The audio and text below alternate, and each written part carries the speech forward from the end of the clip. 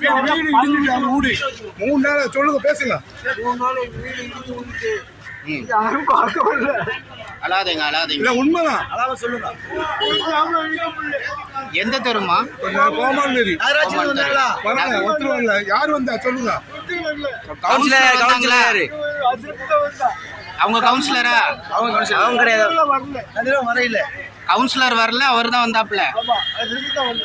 யாரு இபி வந்து யாரு கட் பண்ண கூப்பிட்டு வந்தா? நான் 3 நாளா சொல்லிட்டு இருக்கேன். அவங்க வீடு இடிஞ்சு அவங்க உள்ள இல்ல, குளச்சல் மரப்பல நடவடிக்கை ஒழுங்கா இல்ல. அழாதீங்க. பயங்கரமான சேதம்.